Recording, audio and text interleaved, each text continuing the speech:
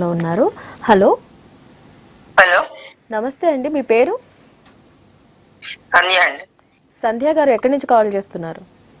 సికింద్రాబాద్. సికింద్రాబాద్ నుంచి.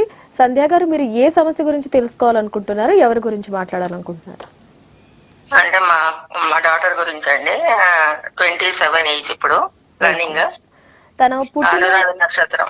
ఓకే, తన పుట్టిన సమయం, సంవత్సరం రెండు చెప్పండి అమ్మా. 9:08 పొద్దుట, సంవత్సరం 96, డేట్ నవంబర్ 12. నవంబర్ 12, 96. సమయం అమ్మా? పొద్దుట 9:08. ఓకే, ఎక్కడ పుట్టింది తను? విశాఖపట్నం. ఓకేనమ్మా, ఇప్పుడు మీ సమస్యను అలాగే మీరు మాట్లాడాలనుకుంటుంది గురుగారితో మాట్లాడండి. సాయిరామ్ అమ్మా.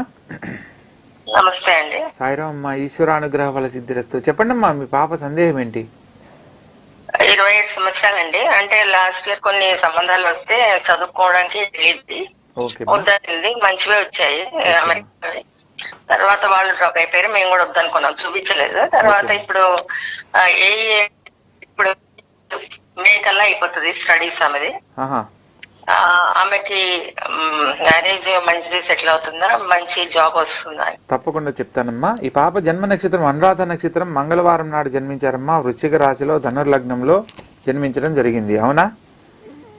అవును. అయితే ఈ పాప జాతకం ప్రకారం రాహుకేతుల మధ్య గ్రహాలన్నీ సంచరిస్తూ ఉన్నాయమ్మా. ఈ పాపకు మీకు వివాహం గురించి లేట్ అయినా లేదా ఉద్యోగ జీవితంలో లేట్ అయినా అస్సలు చింతించాల్సిన అవసరం లేదు. ఎందుకంటే మీ పూర్వీకులలో పెద్దవాళ్ల ద్వారా తెలిసి తెలియక చేసిన సర్ప సంబంధమైన దోషాలు ప్రతి 4th జనరేషన్లో సంతానానికి వర్తిస్తాయి. అలా ఈ పాప జాతకంలో 86% కాలసర్పయోగంగా వర్తిస్తుంది. తత్కారణంగా ఏంటంటే తన కెరీర్లో మీరు చెక్ చేసుకోండమ్మా. నలుగురు దృష్టిలో ఈ పాపకు అన్ని రకాలుగా మంచి రూపం ఉంటుంది, మంచి గుణం ఉంటుంది, చాలా చక్కగా ఫెయిర్గా ఉంటుంది. పాప మంచి గుణం ఉంటుంది, అనుకున్నది ఏదైనా సాధించగల తత్వం ఉంది. కానీ భవిష్యత్తుకు సంబంధించి తీసుకునే నిర్ణయాలలో, అది వివాహానికి సంబంధించి కానీ లేదా ఉద్యోగానికి సంబంధించిన విషయాల్లో ఆలస్యంగా శుభ సంబంధమైన వార్తలు వింటారు. అయితే 27 సంవత్సరాల వరకు మాత్రము ఎంత గొప్పగా ఉన్నా దాంట్లో ఏదో ఒకటి సమస్య ఉంటుంది. కానీ 27వ సంవత్సరం నుంచి అద్భుతమైన జీవితంలో స్థిరపడతారు. పైగా ప్రస్తుతం ఈ పాప జాతకం ప్రకారము ప్రజెంట్ 2022 ఆగస్టు నుంచి 2025 మే నెల వరకు బుధమహర్ దశలో శని యొక్క అంతర్భుక్తి జరుగుతుందమ్మా. ప్రత్యేకించి ఈ యొక్క శని భగవంతునికి సంబంధించిన పరిహారాలు గనక ఆచరిస్తే అతి శీఘ్రముగా మీరు కొన్ని మీ పాపకు సంబంధించి శుభ సంబంధమైన వార్తలు వినే అవకాశం లభిస్తుంది.